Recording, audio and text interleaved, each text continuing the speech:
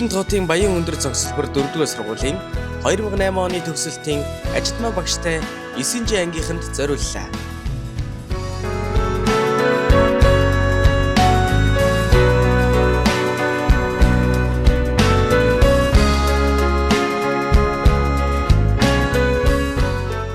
Төрлөх сургуулаа төгсөөд 18 жилийг ардаа үлдээжээ. Eenэгшин дассан ангийн андуудтайгаа дурсамжаа санан догдлон уулзах өдөр ирлээ.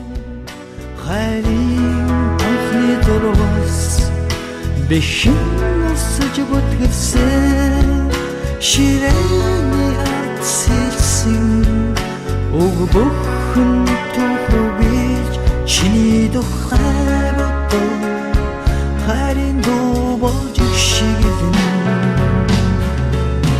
ордоцсон хаваа сургуулийн хаалгыг хааж уян болсон дуугаа ангааран дуудсан бивэнэ түшин далдгунга мартацхааж нэг ангийн 2026 оны 6 дугаар сарын 12-ны өдөр 10 цагт төрлөх сургууль дээр хүрэлцэн ирэхийг урьж байна.